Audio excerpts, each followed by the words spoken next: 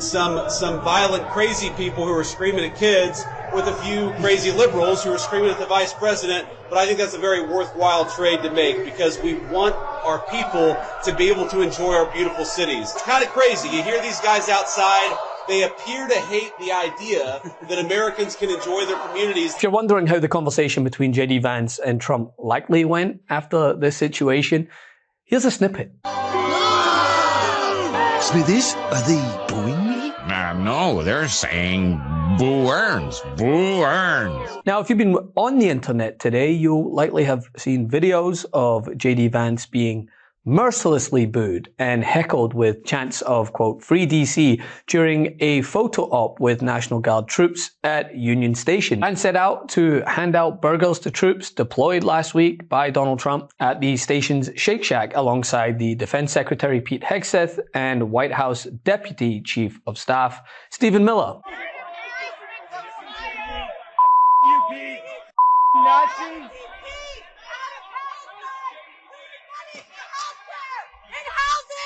Climate justice!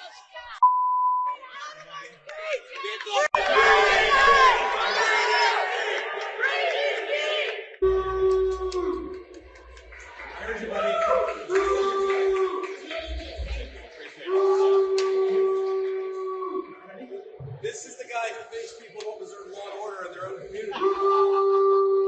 Mr. Vice President, how did it go? Guys, thank you. And he tried to follow that up with a speech that acted as a facsimile to his entire input as vice president. Some violent, crazy people who are screaming at kids with a few crazy liberals who are screaming at the vice president. But I think that's a very worthwhile trade to make because we want our people to be able to enjoy our beautiful cities.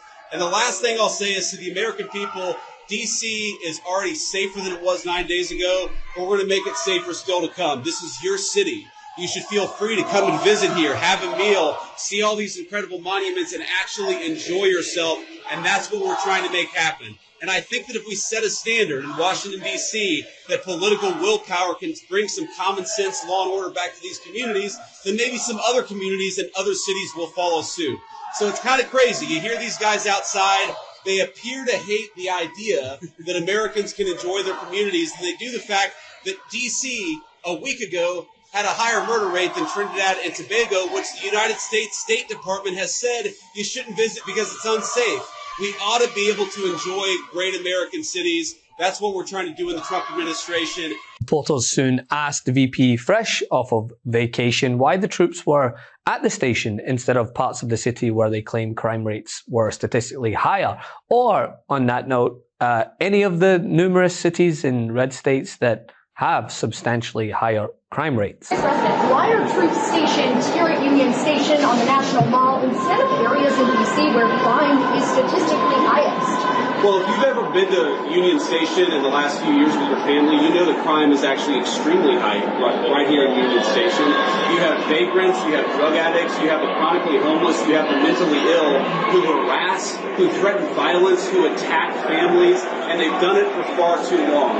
This should be a monument to American greatness. This should be a place where you can come and share a meal or go shopping with your family. It should not be a place where parents of small children are afraid to bring them because, to Stephen's point, we have empowered criminals over the people who actually need public safety in the city. So I think Union Station is a great example of what's possible when you actually have the political willpower to bring law and order and common decency back to the public spaces of the United States of America. So many. And the thing is, this comes as the president federalized the city's Metropolitan Police Department and directed Pete Hegseth to mobilize National Guard troops, claiming he was cracking down on crime, bloodshed, bedlam, and squalor in the nation's, quote, lawless capital, despite a sharply falling crime rate with violent crime at a 30-year low. It's becoming a situation of complete and total lawlessness. And we're getting rid of the slums, too. We have slums here. We're getting rid of them. I know it's not politically correct. You'll say, oh, so terrible. No, we're getting rid of the slums where they live. Well, he's referring to a provision in the D.C. Home Rule Act, which allows him to declare a police emergency relating to a federal matter. They haven't defined what the emergency is, especially with crime rates at a 30-year low in the District of Columbia. And he's deployed the National Guard. At least I'm happy to see that he acknowledges he has the power to activate the National Guard. That was what he refused to do 4.5 years ago when the Capitol and his own vice president and Congress were under attack by the mob violence that he unleashed against us. And he sat on his hands for many hours and then later asserted he somehow didn't have the authority to deploy the National Guard. That was a real emergency. This is not a real emergency. He was not asked to send in the National Guard or take over the police by the House or the Senate or the mayor or the DC Council. This looks to me like an emergency which is manufactured because of a public relations crisis relating to the Epstein file. He doesn't want to release the Epstein file, so he wants everybody to look in another direction. And this echoed his decision to deploy troops in Los Angeles during the anti-ICE protests, while threatening to do the same in other major cities, of course only in blue states.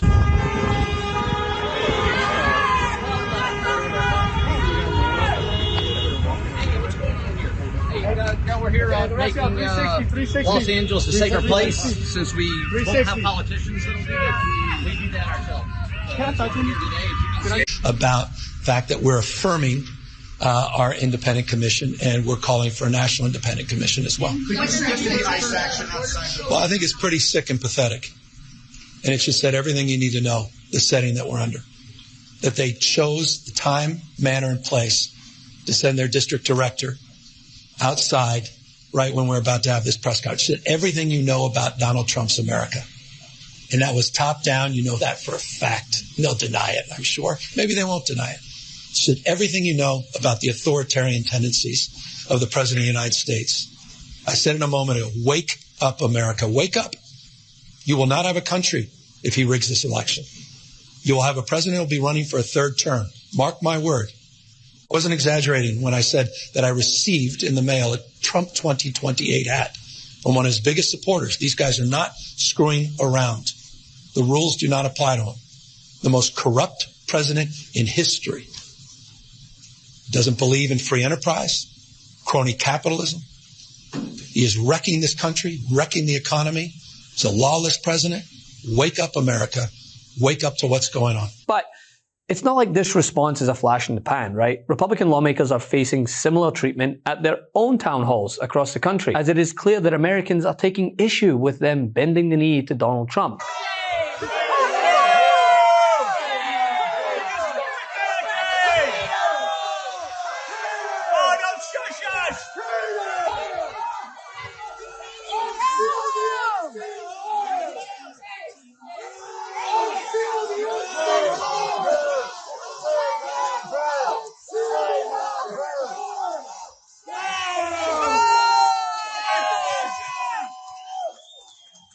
Who's responsible for establishing tariffs in our country?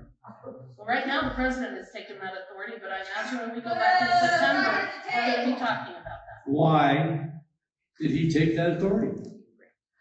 You're going to have to ask You him. guys gave it to him.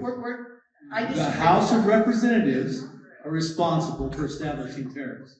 You gave that to him.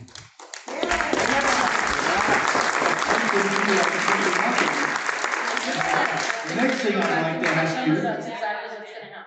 you look at the bigger picture. You're here to take Tariffs have raised over $150 billion.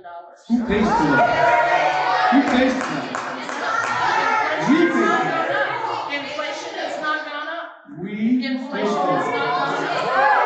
There are reasons it hasn't gone up if you look at the... And it's also reflected in his polling. It shows the president underwater on almost every issue, especially this one, his decision to deploy the National Guard in DC. It's almost as unpopular as his handling of inflation, that he, of course, claims is next to nothing. I mean, why don't we bring in Fox News on that matter? Seniors, and we've ended Biden's inflation nightmare.